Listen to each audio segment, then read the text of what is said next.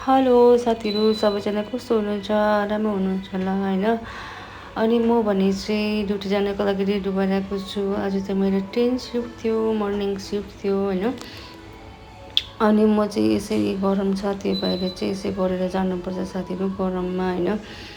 अनि के गर्नु र साथीहरू, अस्तिको दिनमा अलिकति पानी के परेको थियो अनि डरलाग्दो गरम भइहाल्यो नि साथीहरू है। अनि त्यसपछि चाहिँ म चाहिँ अब ड्युटीतिर लाग्नु पऱ्यो।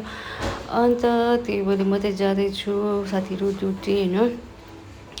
अनि म चाहिँ साथीहरू पछि पछि नानीलाई पनि बाई बाई भन्दै जाँदै थिएँ। अनि म चाहिँ 3rd फ्लोरमा बस्छु साथीहरू। अनि त्यसपछि लिफ्ट पनि त छ नि साथीहरू, नाम मात्रै छ है। अनि त्यो भएर हामी चाहिँ यसरी स्टेप स्टेप गरेर जानुपर्छ। ओह्रालो झर्दा त केही छैन साथीहरू होइन, छुट्टी भएर बेलुका आउँदाखेरि साह्रो पर्छ उकालो चढ्नु चाहिँ साथीहरू। अनि त्यसपछि मैले चाहिँ ऱ्यापिडो बुक गरेको थिएँ है। अनि म चाहिँ ऱ्यापिडो बुक गरेर यताउता हेर्दै थिएँ कतातिर छ भनेर। ऊ चाहिँ मेरो लोकेसनमा आएन रहेछ। कोही बेला यस्तै हुन्छ, लोकेसन उनीहरू कतातिर गइरहेको हुन्छ अनि हामी फोन गरेर सोध्नुपर्छ कि कहाँ छ भनेर है। अनि त्यसपछि हामी चाहिँ त्यहाँनिर ओटिपी आएको हुन्छ, त्यो ओटिपी हामीले उनीहरूलाई दिनुपर्छ। अनि ओटिपी दिएपछि चाहिँ उनीहरूले हामीलाई लोकेसनमा पुऱ्याइदिनुहुन्छ होइन।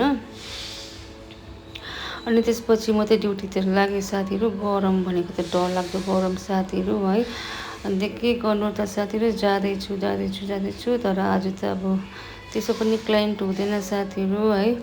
आज चाहिँ त्यसै पनि अब क्लाइन्टहरू त हुँदैन र पनि अब के गर्नु र होइन। बेसी काम नहुँदा पनि बसेमा पनि अल्छी हुन्छ। अनि त्यसपछि हामी इन्ट्री गर्नुभन्दा अगाडि चाहिँ काउन्टरमा चाहिँ सिग्नेचर गरेर निस्किनुपर्छ, त्यहाँनिर जानुपर्छ साथीहरू ड्युटीमा होइन।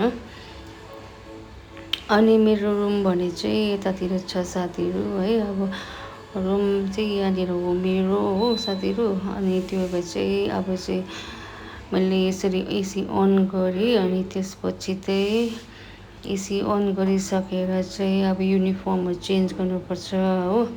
अनि त्यसपछि युनिफर्म चेन्ज गर्नुपर्छ। अनि त्यसपछि ड्युटी त अब त्यो दिनभरि काम छ भने काम गऱ्यो, नभए चाहिँ यतिकै बाई बाई साथीहरू।